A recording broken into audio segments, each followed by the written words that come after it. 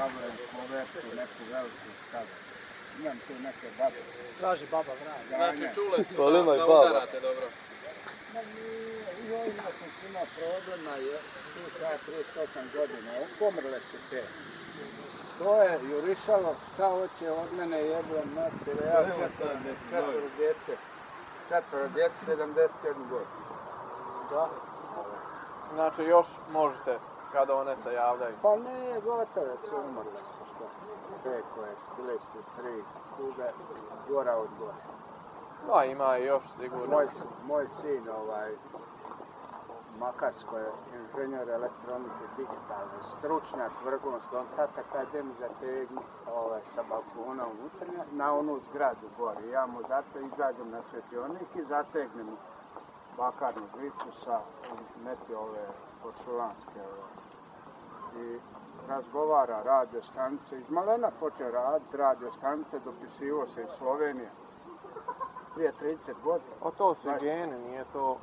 Iz Slovenije sa inženjerima, on mu donosili švicarske, njemačke dijelove za radiostanice i tako. On govori s Kinom, Japanom, Rusijom, sa svi uvijek slušalice na njemu i tako. I ja gore zategnem njemu, kad ta baba. Kaže, išao su moji pušnica. 8 metara od nje, pa nema veze, nemaš uvijek tog problema.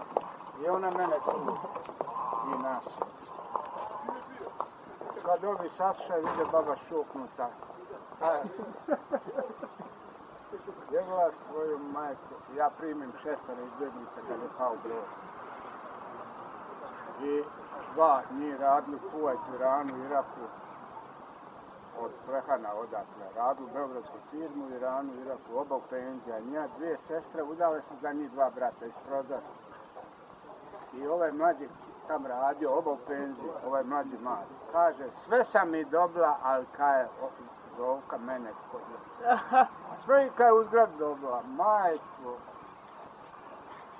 Baba 85 godina stalno tražila mladiće.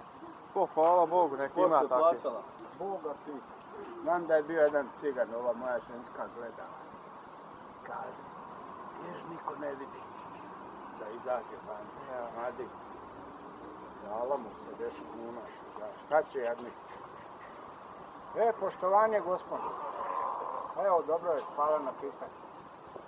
Gdje je posada?